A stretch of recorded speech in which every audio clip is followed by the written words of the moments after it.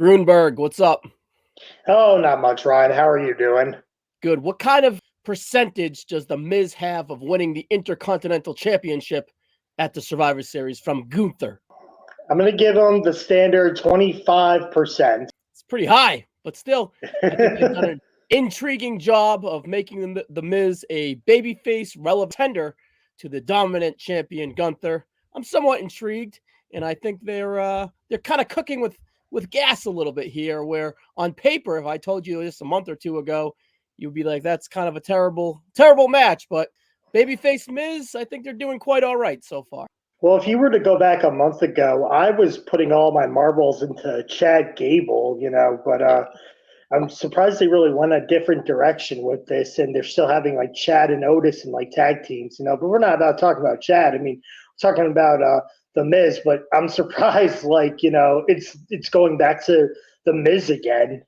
Well, historically, the Miz is a very decorated Intercontinental Championship, even recently up to 2018-ish, where I believe that was one of the last times he held it. But even in 16 and the early 10s, he had quite a few good Intercontinental Championship runs. So on paper, I could see it kind of being somewhat intriguing, and I'm really surprised about really Triple H taking this interest in Miz. I feel that he kind of used Miz a weird role. When he took over, he got Ciampa right off of him. Ciampa got hurt, but still, they got Ciampa right off of him, and they kind of put him on this losing streak, even hosting WrestleMania and losing to Pat McAfee and Snoop Dogg. So I'm really surprised, but I think the Miz is an underrated utility knife. What do you think of the Miz overall? He's a good wrestler. You can put him as a baby face and or a heel. He's a great superstar. He's got like all the Hollywood talent. He's there when you need him, and he's there for what you need him to do. Like he's just always there, and he's a good asset to the company. For sure.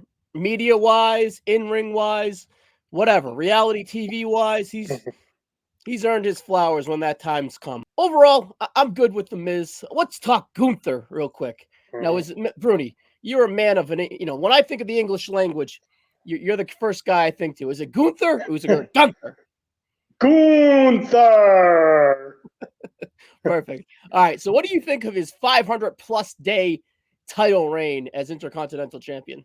It's crazy that they have, again, they've put all their marbles into a basket and they gave it to Gunther, who was like formerly Walter, and they're like, you're going to be our Intercontinental Champion. And we don't know what we're like, how it's going to go down, but you're going to be the Intercontinental Champion and you're going to hold a record. And if I was Gunther, I'd be like, wow, you're kidding me. I wouldn't even believe it myself. Yep. Crazy. I love it. I think Gunther is very warranted in this spot. I think that his even better days are ahead of him. But when I think the Intercontinental Championship, I think of Gunther now. And kudos to him. Kudos to the WWE for giving him a chance, honestly. I think he's awesome. I think he's a rock star. Oh, yeah, he's very good. He puts on very great matches, And excellent. It's crazy because are we supposed to – he's a straight-on heel, but he doesn't really, act heelish. Like, he doesn't do heel things. Like, I think it's just his attitude and, who he's with that gives him that heel edge. But it's not like he cheats during his matches. He really puts on a spectacular match and a spectacular show, whoever he is facing. Absolutely. The Matt is sacred to him.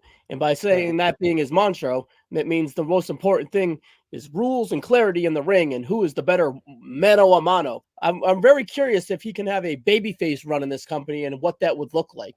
Yeah, and I think the question really is now is that are they trying to make Miz a babyface or are they still trying to have him be a heel, like with cheating tactics? It's funny that you bring him up. I think he is a babyface, but he is not afraid to cheat to win just because he's true to himself. He's been around since 2007, 2006, and he's kind of always been a squirmy underdog as a heel.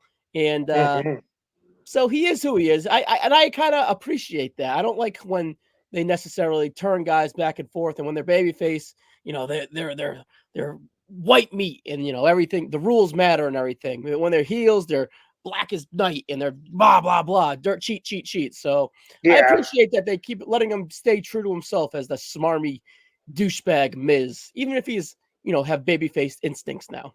But Mhm. let's talk Gunther and his approach here. I love how I love his way of building this match up, saying that, oh, the Miz, I like that he's going out there and having good wrestling matches now and and he's still sports entertaining us. So I thought that line caught me pretty good, where he Oh is yeah. still true to himself and true to the Miz of being a sports entertainer and not necessarily a wrestler, but then he's recognizing that Miz is going out there having some decent wrestling matches, living up to this. The Miz just does well, and even like Gunther has said, the ball is in your court. Do what you can and try and beat me. Absolutely. Even Gunther has given Miz his props that he won and is now the #1 contender. Yep. Now, do you think the Miz was the correct choice to be the #1 contender here out of Ivar, Bronson Reed, and Ricochet, and Miz himself? Do you think for the Survivor Series, do you think the Miz was the right choice to go with here? Yeah, because like the Miz has a lot of premium live event or pay-per-view history. He's a pay-per-view guy. Like, he's ready for it. I don't know if you could put that spot on Bronson Reed, even though like he's been like he's been crushing guys himself. Ricochet has had his moments in the he's had moments in the sun, but that loss to Logan Paul, I think, might set him back just a little bit. But I still think that out of all four of them, the Miz does seem like the right choice.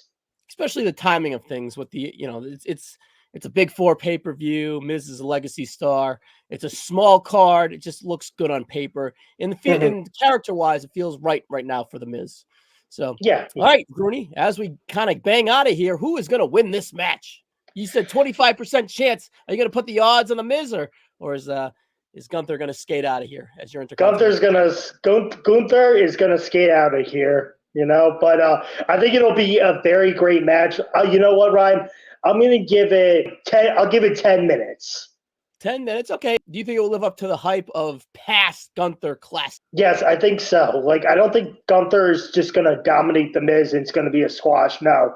I think that The Miz is going to put on a great show, but I still think Gunther needs to hold on to that title just a little bit longer before maybe excelling to the next step for Gunther's career. Sure. The Miz has a lot of classics in the Intercontinental title history. Dolph Ziggler, Seth Rollins, Finn Balor and Seth Rollins at WrestleMania. I think we can add that to this tier. I'm optimistic, and I suspect and think Gunther will win as well. But I think the Miz will live up to the hype. All right, Grooney, as we get out of here, one thing to plug. What would it be? Well, you can find me on the Place to Be Nation podcast network. I do Extreme Resurrection with Steve Riddle, where we talk about ECW from 2006 to 2010. We're getting to the point of where, we have to reshuffle the ECW roster again due to the Chris Benoit incident. And Marcus Corvan left ECW and WWE. The former Monty Brown, who got to be Marcus Corvan, just left. And we're on our way to the Great American Bash, where it will be John Morrison or Johnny Nitro versus CM Punk for the ECW title. And you can find me on I host Nation Invasion, where we talk about the invasion of WWE from 2001 by WCW and ECW. I just recorded the Invasion pay-per-view watch-along with Matt Souza, so be on the lookout for that. We talk about who should have had Rhino's spot in that main event, and should there have been more matches on the Invasion pay-per-view, or should there be matches taken away on the pay-per-view? Very cool. All right, check that out. Place to Be Nation feed. Rooney, as always, thank you, buddy, and I'll see you in the next one. Yep, thank you.